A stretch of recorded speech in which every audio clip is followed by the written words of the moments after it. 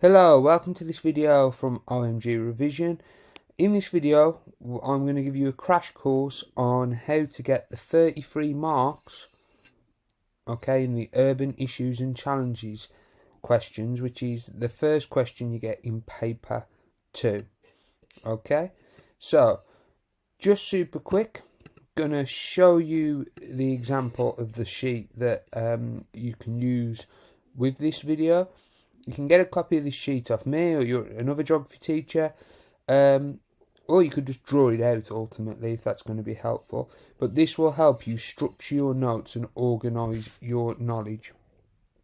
Alright, so the three cities we're going to look at, we need a UK city. The city we use is Birmingham. Why? Because it's down the road from us and it has a lot of opportunities and challenges because it has changed a lot of the past, a few hundred years, but the last 50 years or so specifically.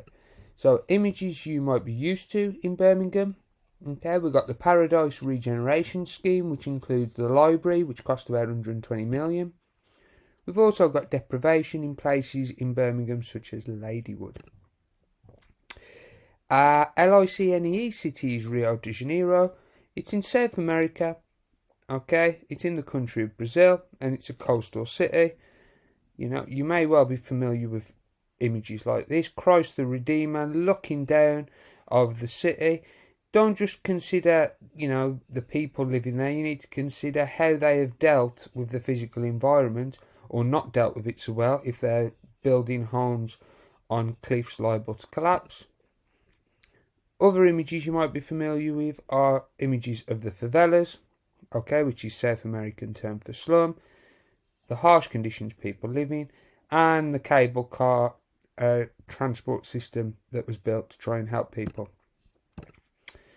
And finally, this is like a bonus one because you can get a grade 9 just by talking about sustainability in Birmingham or sustainability in Rio.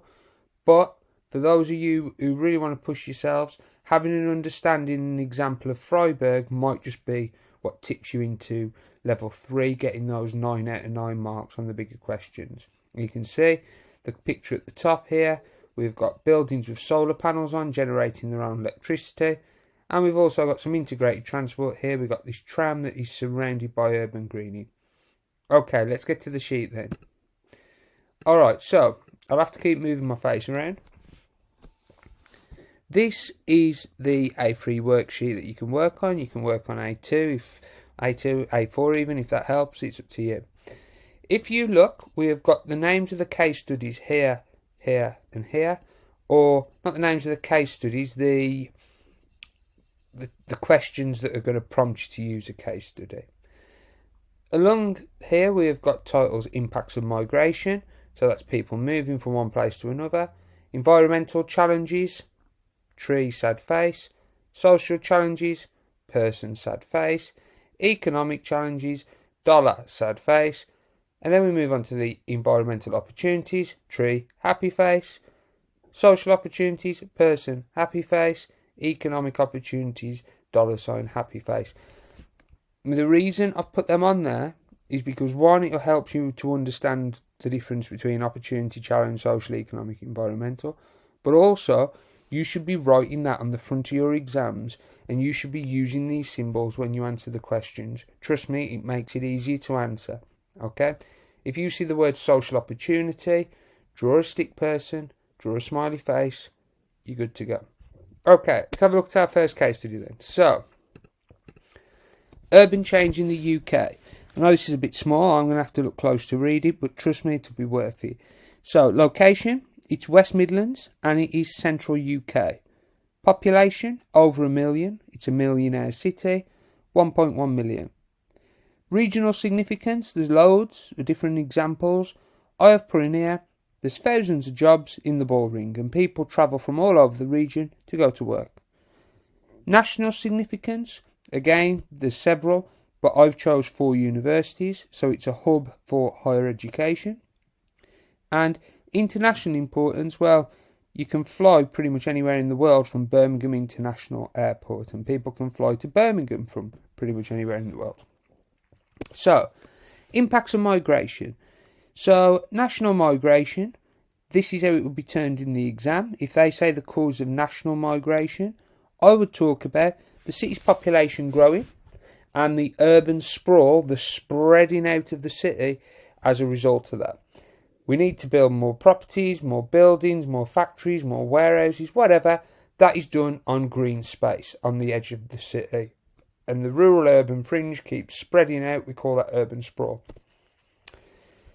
International migration, if you're asked about this, if you wrote Chinatown, you probably pick up a mark. But if it was a 2-3 mark question, you need to elaborate. You could talk about the Chinese architecture, so the style of the buildings. Chinese supermarkets, you can buy Chinese food, and Chinese restaurants. Alright, so this is explaining and describing how the character of the city has changed. Right, environmental challenges. So, you could write about lots of different things. Dereliction of buildings due to deindustrialisation. I'm going to keep it simple, and I'll explain why when we get to social in a moment. So, you could write about the 4 motorways surrounding Birmingham, the M6, M5, M40, M42. Because there's lots of traffic and lots of cars coming into the city, there's traffic congestion. Traffic congestion causes more air pollution. Okay? Nitrogen oxide, carbon dioxide, carbon monoxide released into the atmosphere. It causes lung diseases, e.g. asthma. Now, this links into our social challenges because Birmingham's got some of the highest asthma rates in Europe. Okay, children are born lighter, and as a result, there would be an increase in infant mortality. I'm going to use words like infant mortality and literacy rate. Those are our silver bullets. Remember, putting them into the question can sometimes be a trigger to the next level. Ladywood, I showed you a photograph. It's a deprived area. GCSE outcomes are lower. Social challenge. And there's also a shortage of housing. It's a national problem, but specifically in Birmingham because it's very densely populated. And lots of people end up sofa surfing in places such as Ladywood. So that's when you might sleep on someone's sofa one night, another friend another night, your auntie the other night. You're technically harmless, even though you're not living on the streets. Economic challenges. So, deindustrialisation, alright, we talk about the decline of traditional heavy industry. The factories have closed down. That's because jobs went abroad, government policy change, and there's cheaper labour elsewhere in other countries, and because of globalisation it's easier to import and export. Alright, and also Thatcher played a part in things like coal mine decline. As a result, many of these people who would have traditionally worked in factories are unemployed, and Ladywood is in the top 10 for unemployment in the UK. Another interesting one, Birmingham Council has recently declared itself bankrupt because it's spent too much money and it can't afford to run public services. And I've put an arrow there pointing back to GCSE outcomes lower in Ladywood. Imagine that there was a local library there where you could go and do studying for your exams. Because of lack of funding, that library may well be closed, and as a result, GCSE outcomes are lower. That's just one reason. But there are many opportunities. Okay, so urban change is creating many opportunities, environmental opportunities. So a biggie is integrated transport. So this is a photograph of the tram just outside Grand Central Station. Now the reason it's integrated is because it's all linked together. I often use the example, I could leave my house in Wednesbury, catch a bus to the tram stop, get on the tram to Grand Central, get on the train to Birmingham, and I'm literally not having to walk anywhere. I just get off one transport system to another. They're all integrated. And also, I'm pointing at the screen, I don't know why because you can't see me, the tram runs through the city, so the tracks are on the roads in the city, so it's fully integrated. More public transport, less private cars on the road, less traffic congestion, less CO2 emissions. Everyone is a winner, baby. There's also the clean air zone. So if you've got a polluting vehicle, so you've got an older vehicle that's polluting, if you want to go to the city centre, you have to pay a charge. Okay? Some people see that as unfair because it's generally the poorer people who can't afford a newer car who pay the charge, but either way, it means less polluting vehicles go in the city because people are like, well, I can jump on the tram for a couple of quid. I don't have to pay parking. Because the tram's so fast and so integrated, it might be a better option. And also, one of my favourites is urban greening. Urban greening, green stuff in the city. Okay, now so planting trees, putting grass down, flower beds, hanging baskets, whatever you want to do. Provides natural habitats, and it also is a carbon sink, and it helps to purify the air. Examples we can use are the library roof. I advise, if you can, have a day out at Birmingham, go up there, it's amazing. And also Eastside City Park, about £12 million spent on a new park right in the city centre. Social opportunities. Talked about libraries closing. Before Birmingham went bankrupt, they managed to build one of the world's best libraries. Okay, £120 million invested. Now this is a social opportunity because people can go there and meet, but I would try and link it to studying. Okay, maybe you're at university, one of the 4 universities. You can now go to Birmingham Library, study, access resources not available anywhere else, get a better grade. And if we want to silver bullet it, you could say, well, that increases literacy rate. Eastside City Park, I said 12 million, 3 million investment, and it's a green space for people to enjoy. Alright, whether you go sit there and just look at the trees, listen to the birds, whether you go for a picnic, whatever, it's a nice green space and it's good for mental health and it helps improve quality of life. Also, we've got other things that you can do in Birmingham, so the ball ring, shopping, that's fun. Not so much for me. I'll try and find somewhere I can sit down and hide while my family goes shopping, but still, some people like it. Bars, gigs, they're venues where people can go and watch their favourite band. More fun. And we've also got ITS, Integrated Transport System, cleaner air. That's going to reduce things like asthma. Okay, economic opportunities. Brownfield sites regenerated. So, Paradise, where the library is a part of the big city plan. So they spent £700 million in Paradise to basically rebuild everything. So they knocked down all the old buildings that were left derelict. They were ugly, they were unsustainable, not very energy efficient, and they've replaced them with modern buildings full of glass, so they use less sunlight. Okay, full of trees on the roof, so they're more urbanly greened and environmentally friendly and sustainable. Alright, and the example we can use is HSBC. They have got a new headquarters in Paradise in Birmingham city centre. That's created 2,000 jobs.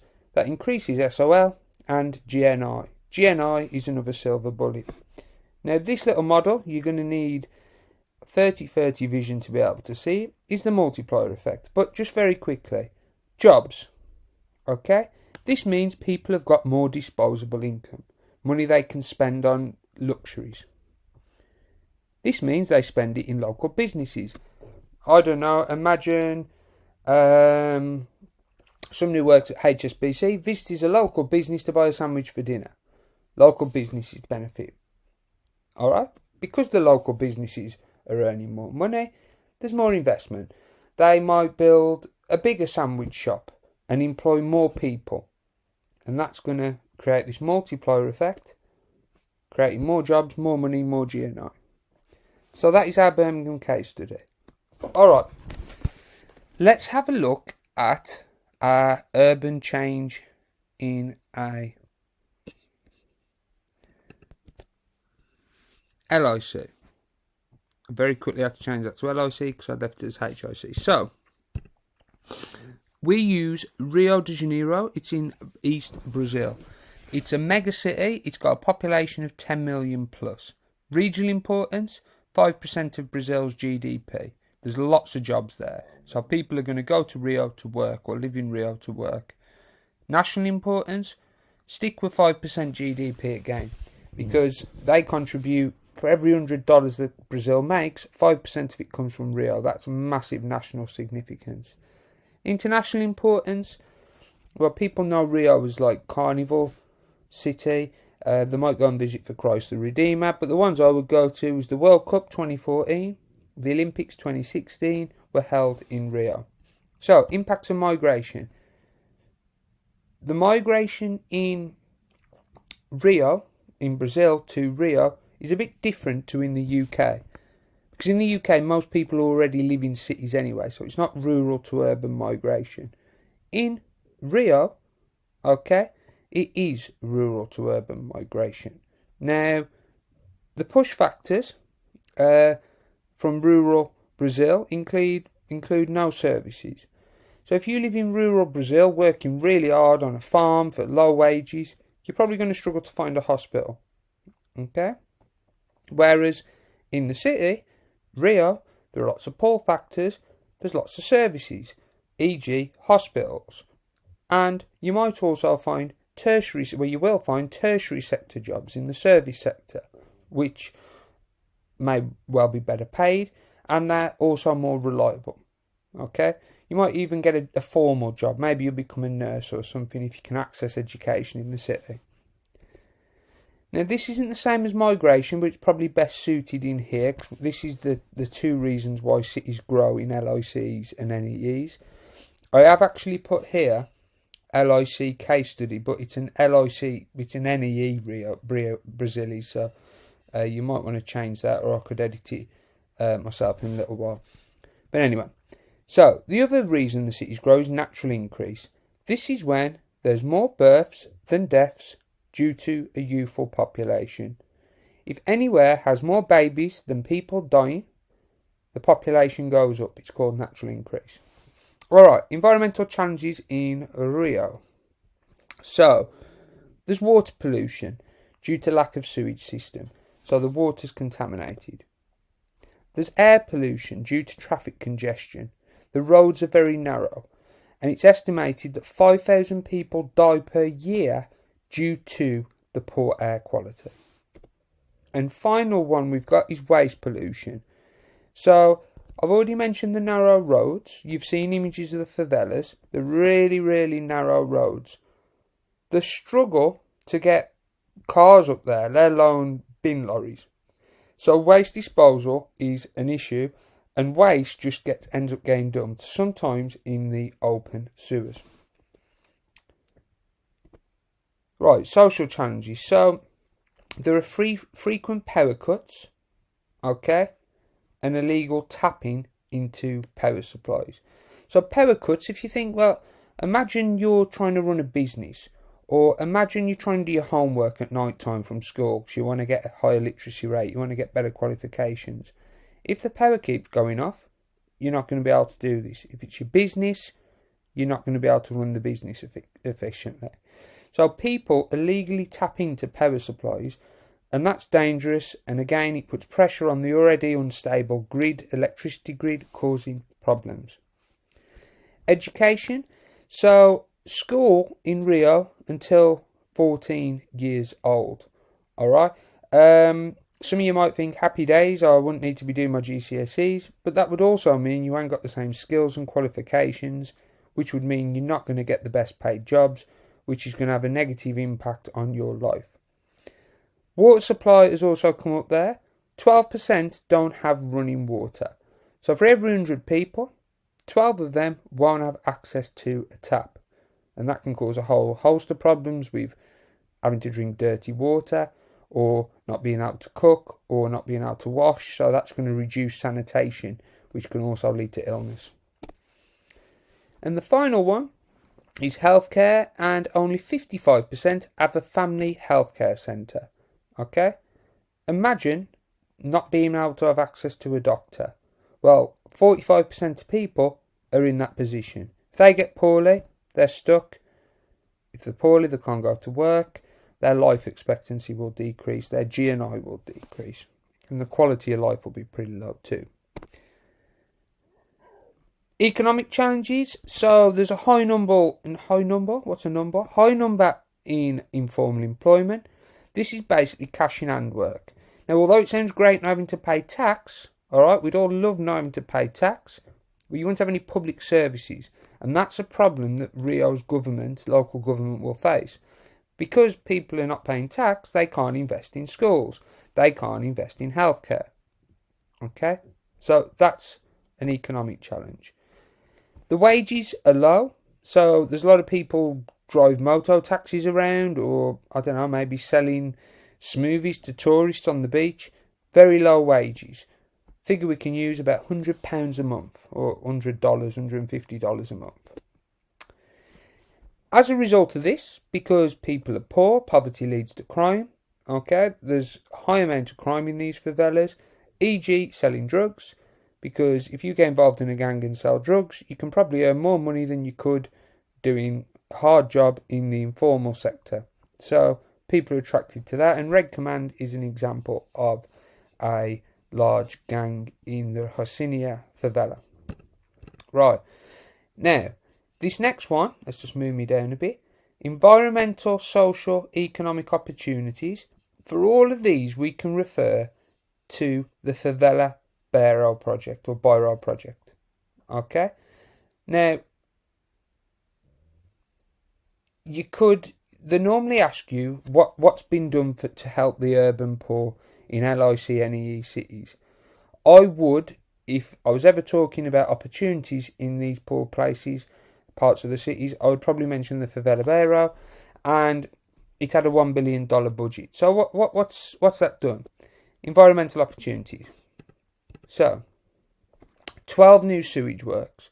So all the waste, the wee and the poo that might have ended up untreated, being dumped into the sea in open sewers, can now be cleaned and put back into the system for people to drink as clean water. They have also built a power plant that makes energy from rotting waste. So the waste will rot and it will create methane. So biogas, ultimately. Now this is good for the environment because it's better than burning fossil fuels such as coal, which are heavily polluting. This material is probably going to rot anyway. We may as well collect and burn the methane to get an environmental opportunity out of it. They have also built the cable car. So the cable car allows people to be easily transported around favelas to the city.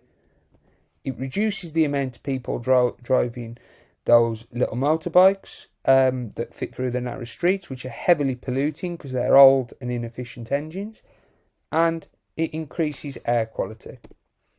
Right, social opportunities. Mention the issues with not having energy. I gave the example, imagine you're trying to study at night time, but the light keeps going off, so you can't do your homework. Your quality of life's going to be affected. Your literacy rate of the city and country might go down. Nuclear power. Reliable energy. They've also built 7 new water treatment plants. That means there's clean water. So along with the sewage works, this is a massive social opportunity. Students who want to go to school might have been put off because the parents couldn't afford the school uniform. So a part of this project is they gave families school uniform for the kids so they can wear their uniforms to school proudly and get a good education, increasing literacy rate in the long term, increasing GNI. And in terms of health, some of these places that don't have access to doctors, so the 45% of people, maybe they live high up on the hills in Rio where the favelas have been built, they sent nurses there with healthcare kits and educated people on how to care for themselves and treat minor ailments. Alright. Finally, we've got economic opportunities. So the Favela Bairro project did lots of things. One of them involved painting and renovating the favelas. Now, they didn't just give people a brush and a tub of paint and say, off you go. They give them training. They give them the skills on how to do it. So after they finish painting the favelas as part of the Favela Bairro project, they can now go into employment, becoming a painter and decorator. Formal employment, higher income, higher disposable income, the multiplier effect. We also know that 5% of Brazil's GDP from Rio, so the gross domestic product, how much the country earns, I've mentioned it about 7 times in the last few minutes. If there's already that much money there, the multiplier effect will take place if people have got better education and training. And the Favela Bairro project wanted to capitalise on that. And also the UPP. So they sent a pacifying police unit with really big guns to scare all the criminals away, create law, order in the favelas. This reduced the amount of people in crime. Okay, so people were more confident to get into work. Their quality of life and standard of living would increase as a result of that. And also the jobs that the development of the UPP created, well, that's more people in formal employment. Alright? Other things I've not mentioned on here, something really important is they gave streets official names. So they named the street, they numbered the houses. So in the past, people didn't have really an identity. They couldn't say, oh, I'm from this part of town or I'm from this part of the favela. So they gave them street names, and simple things we take for granted, like receiving post, maybe requesting a job application form, can now be posted to their homes. Alright, the final one we're going to do is, this is like the bonus one, but it's definitely worth knowing something about because it'll really impress the examiner. Sustainable urban change. So we use Freiburg, which is in Germany, and it's got a population of about 230,000. I know these things are annoying, they're in the way, but I'm sure it'll be fine.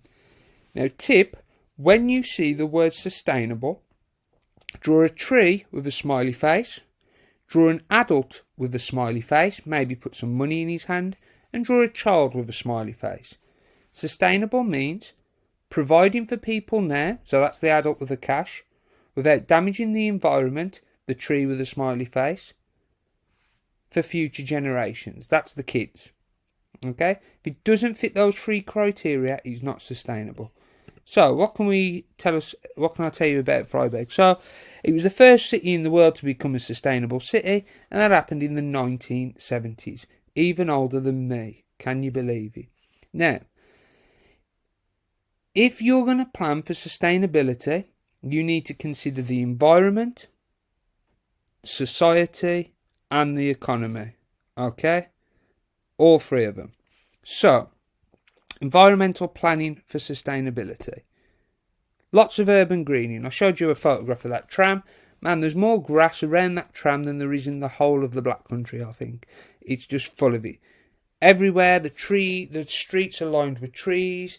Buildings have got trees on the roofs. There's bushes everywhere. There's grass everywhere. It's just full of green stuff. Also, the city centre is a car-free zone. If you want to go into the city centre, you can use their integrated transport system, but you can't drive. You can use a bike, but you can't drive. Okay?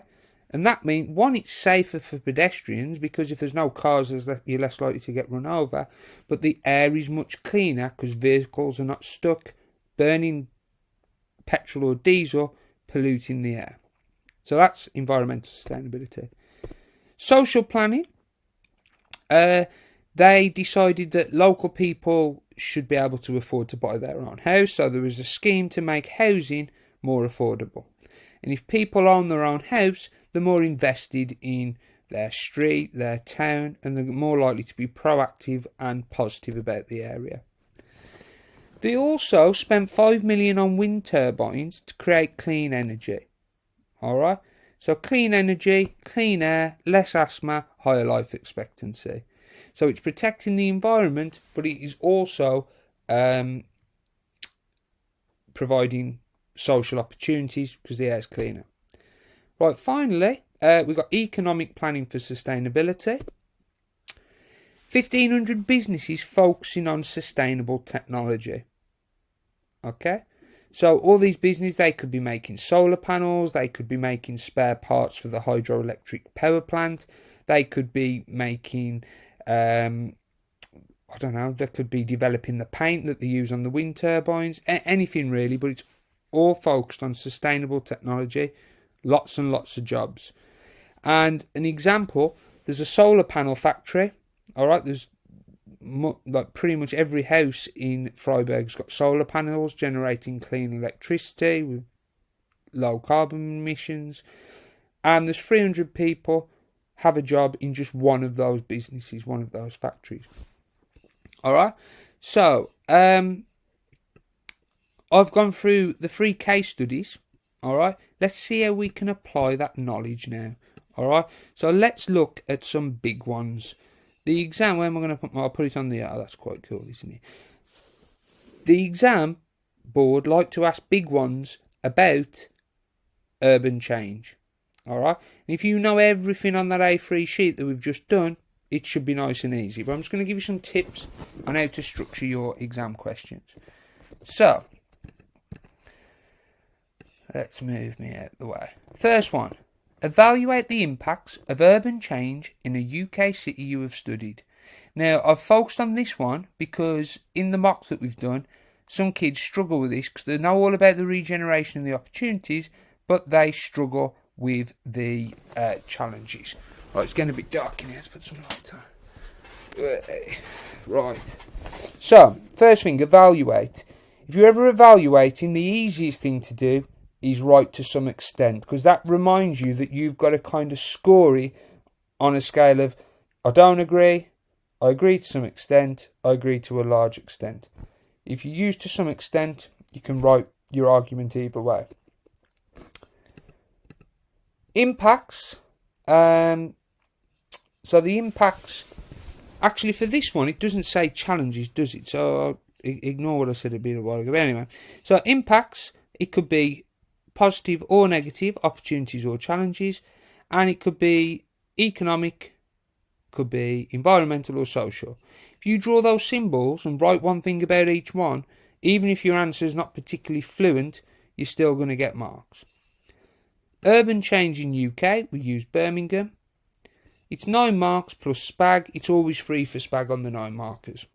So you can answer this with 3 paragraphs. If you do them like this, you do not need a conclusion necessarily. Alright?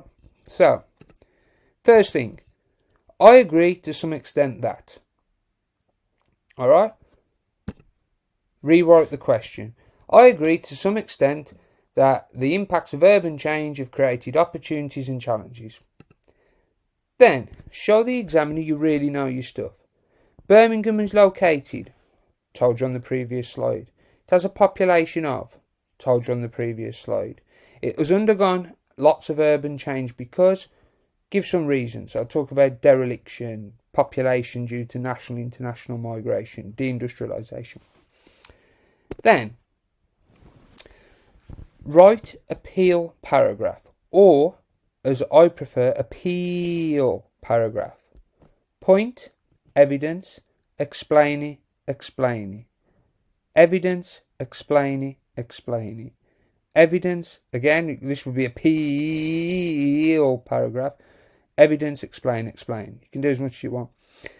And then the L is link back to the question. Alright, so in this one, challenges, I've made it simple. Environmental challenges, explain. Social challenges, explain. Economic challenges, explain. And then link back to the question. Now, if you want the top marks, you need to be a ranker. The biggest ranker possible. Okay? Because if you're a massive ranker, you're showing the examiner that not only do you know what's bad, you can kind of judge which ones are worse. Now, for me, air pollution leading to higher infant mortality, well, that's got to be the worst. So you could say, there are many impacts, however, this is the worst. Simple as that. Then again, let's move my face up here. But now we're going to talk about the opportunities, because it's talking about the impacts, talk about the good things in terms of environment, social, economic. And again, be a massive ranker. Link back to the question, say which are the worst, which are the least worst. Okay, next question. To what extent do opportunities in a city in a named LICNEE outweigh the challenges? 9 marker plus SPAG. To some extent, same as before. Opportunities. Okay, it just says the word opportunity, smiley face. Social, environmental, economic. We use Rio for LICNE city. And the challenges, we can now do the same again with a sad face. Alright? So, 3 paragraphs again will get you the 9 marks plus 3 spag if done correctly. I agree to some extent. Rewrite the question. Rio is located, told you on the previous slide, have a look. Or the previous slide. What's the population? Why is the population growing? And then make a nice statement. This has created many opportunities and challenges. We're then going to do a PEAL paragraph or a PEAL paragraph. Okay. We've said it creates many challenges. Environmental challenges, explain. Social challenges, explain. Economic challenges, explain. Linking back to the question. And again, be a ranker. It says to what extent. Are some opportunities, are some challenges more significant than others? And then the final paragraph in this one is the same. But instead of talking about the challenges, you are talking about the opportunities. Use the Favela Barrow project to cover all bases. And at the end, link back to the question and again, be a ranker. Right, final. If it's not a 9 marker, or it could be a 9 marker with a photo, I suppose, but if it's not a 9 marker, it may well be a 6 marker. It might not be a place that you've studied. Well, chances are it won't be. So here we've got sustainable development in London. Okay, if we did London as a case study, we would probably learn about Bedzed. Now the question says, suggest how cities can become more sustainable. Use figure 1 in your own knowledge. You've got to write about figure 1.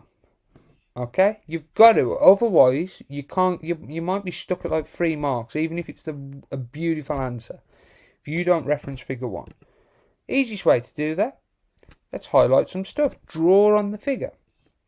So we've got urban greening, these front gardens. We have got solar panels, clean energy. We have got large windows, more natural light, less need to use electricity. Then, in figure 1, say what you see, say why it's sustainable, explain it. You could just write about one of those things as long as you cover the figure.